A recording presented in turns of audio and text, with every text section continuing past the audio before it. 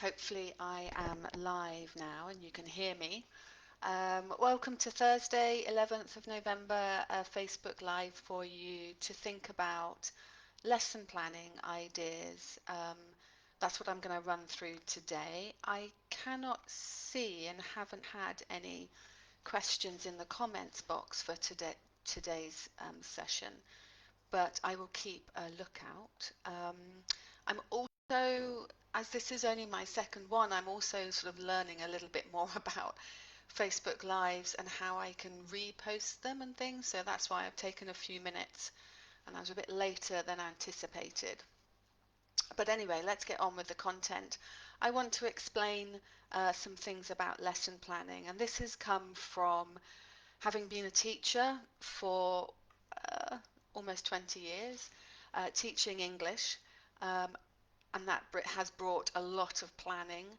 And as I have gone into management as well, I have managed and maintained a lot of resources and helped and supported my teachers with their lesson planning.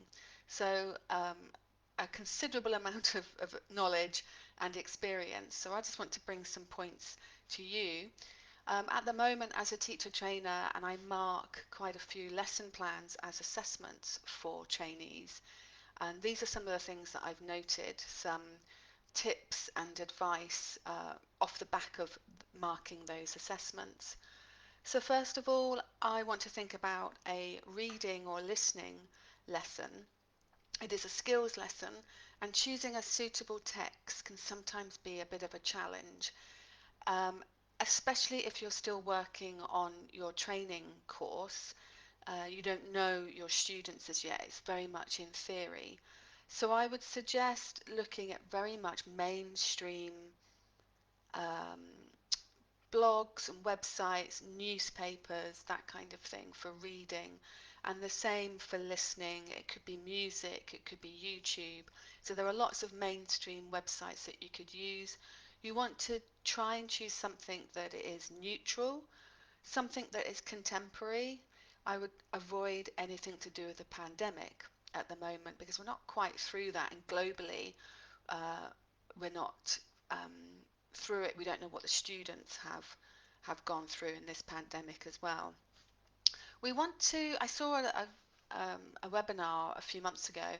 We want to try and choose texts that are enjoyable, uplifting, something interesting or something new to the students, and avoiding things that they already know or they know because it's their own culture, for example. Um, we need to include each of those valuable stages in a PPP lesson. So this is a language lesson. If we miss anything out or we don't plan it quite in the right way, then it's not really scaffolded so much. They are in those stages for a reason, to scaffold and help the students. So I think that's really important, and I've seen quite a few lesson plans lately that have missed out controlled practice, for example, or they've used a role play in controlled practice, and that means we're trying to get our students to run before they can walk. So there's a couple of sort of things there to think about. Referencing, so whether that's you include the link, the URL from a website, for example, and or academic books and references, so that if you teach it or if somebody else teaches it, they know where to get the materials from. I think thinking about digital resources as well. So if a lot of us at the moment are teaching online, what digital resources could you use in your lesson plans? There are tools such as Kahoot, which makes an interactive kind of multiple choice quiz that students can have on their phone or their computer screen, for example. It's very interactive and lots of fun. There are lots of ready-made quizzes on Kahoot, but you obviously can make your own. And something else, something like TED Talks, again, what's nice about TED Talks, you can have as little as sort of 2 or 3 minutes video up to about 20-25 minutes, so depending on the level.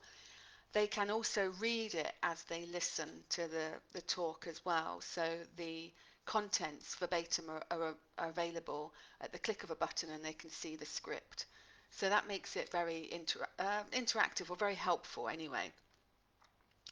I would also suggest keeping lesson plans. You can use them again, you can revise them. If you store them in the cloud, then they're at your fingertips wherever you are, and they're not taking any space up like a lot of my books do. Um, and the final thing I just want to suggest is the opportunity at the end of a lesson to feedback or get feedback from your students how the lesson was. Did they find it helpful or not? Now that might be quite wordy, so if it's a low level class, you might just do a happy face, sad face on a post-it note, and they stick it on the wall, for example, in a physical classroom, or in the chat box of an online class, you might do a happy face or sad face. You could do a traffic light system. We use that sometimes for grammar. So something like green, understood the language, I think I can use it. Amber, I'm starting to understand it, but I need more help. Or red, I don't really understand this grammar point. I need to go through it again. So that's also a way for you to then see if they feel happy with it, what they've learnt, and they feel they can use that language that you've taught in that lesson. So there's a couple of ideas. I only wanted this to be a short, sort of 5-10 minute session, just some ideas for lesson planning. This is perhaps what you're doing at the moment with your lessons. Let me know what you think of the session, and also any questions or anything that you would like help with. It'd be really good to make contact, reach out and network. Thanks very much, guys.